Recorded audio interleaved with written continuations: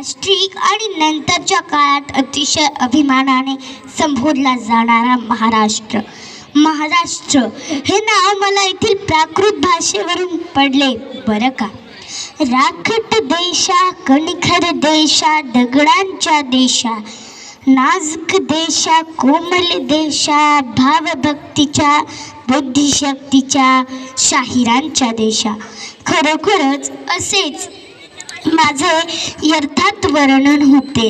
अगदीच प्राचीन काळापासून सामाजिक, धार्मिक, बौद्धिक, आर्थिक आणि सांस्कृतिक जीवनशैलीने समृद्ध असा मी दृश्य लागावा असा संपन्न आणि समृद्ध होतो.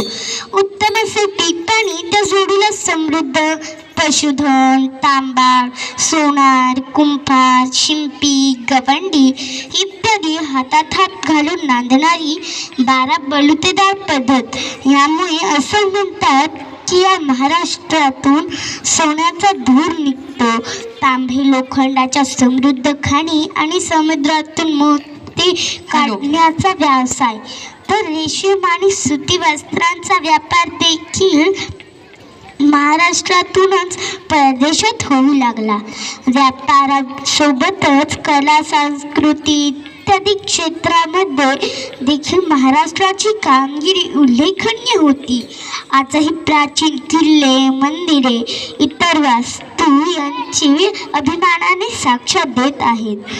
मध्ययुगात मात्र माझ्या वैभवाला जणू दृष्टच लागली आणि उतरती अवखळा सुरू झाली. मध्ययुगात राजेशहांचा अंमल झाला. सुमारे 400 वर्ष महाराष्ट्राचा बराचसाच भाग अहमदनगरचा निजामशहा आणि विजापूरचा आदिलशहा या 2 सुलतानांनी आपापसात वाटून घेतला होता. त्यातच आणखी भर होती कुतुबशहांच्या वतनदार मंडळींची. यांचे एकामेकांशी हाडवैर होते. त्यांच्यात नेहमी लढाया होत.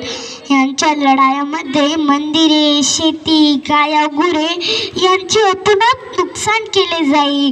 गाई गुरे, स्त्रियांना दिवसाढवळ्या पळवून नेलं जाई. पोरीबाळीवर अत्याचार करत तर पशुधनांची कत्तल केली जाई. या राजवटीत मराठ्यांचे गुलामीचे जीवन सुरू होते. मुस्लिम राज्यकर्ते विलासात आणि ख्यालीखुशालीत मग्न असत. राज्य करण्याची जबाबदारी यांचे सुभेदार आणि वतनदार मोठ्या प्रमाणात करत असत. हे वतनदार पुंढाई करून प्रजेला लुबाडत असत आणि सारा वसुलीचे काम करत. जो कोणी वतन देईल त्याची चाकरी करण्यात धन्यता मानत असत. त्या काळी वचन हेच प्रत्येकाच्या आयुष्याचे एकमेव ध्येय असे. मातृभूमी, मायभूमी ही त्यांच्या लेखी केवळ कवी कल्पना होती.